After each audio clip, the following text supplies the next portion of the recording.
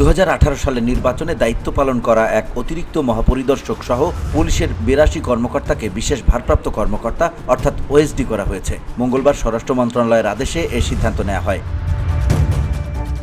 তাদের মধ্যে অতিরিক্ত আইজিপি আব্দুল আলিম মাহমুদ এবং 13 উপমহাপরিদর্শক, 49 জন অতিরিক্ত ডিআইজি ও 19 জন পুলিশ সুপার পদের কর্মকর্তা রয়েছেন। এই বিষয়ে স্বরাষ্ট্র মন্ত্রণালয় থেকে পৃথক 3টি আদেশ জারি করা হয়েছে। আদেশে ওএসডির কারণ সম্পর্কে আনুষ্ঠানিকভাবে কিছু জানানো হয়নি। তবে স্বরাষ্ট্র মন্ত্রণালয়ের এক সূত্র জানায়, এই 82 জন কর্মকর্তা 2018 সালের বিতর্কিত জাতীয় সংসদ নির্বাচনে দায়িত্ব পালন করেছেন। ধুলো, ময়লা ও ক্ষতিকর ধূলিকণা থেকে নিমিষেই মুক্তি দেয় চৌধুরী এয়ার পিউরিফায়ার। এর শক্তিশালী সাকশন ঘরের কোনায় কোনায় লুকিয়ে থাকা সকল ধুলা টেনে ফিল্টার করে এবং বের করে আনে নির্মল ও স্বাস্থ্যকর হাওয়া।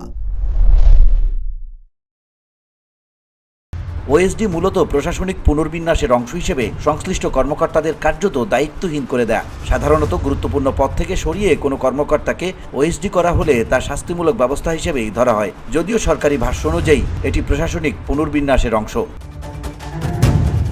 VOD Bangla news desk.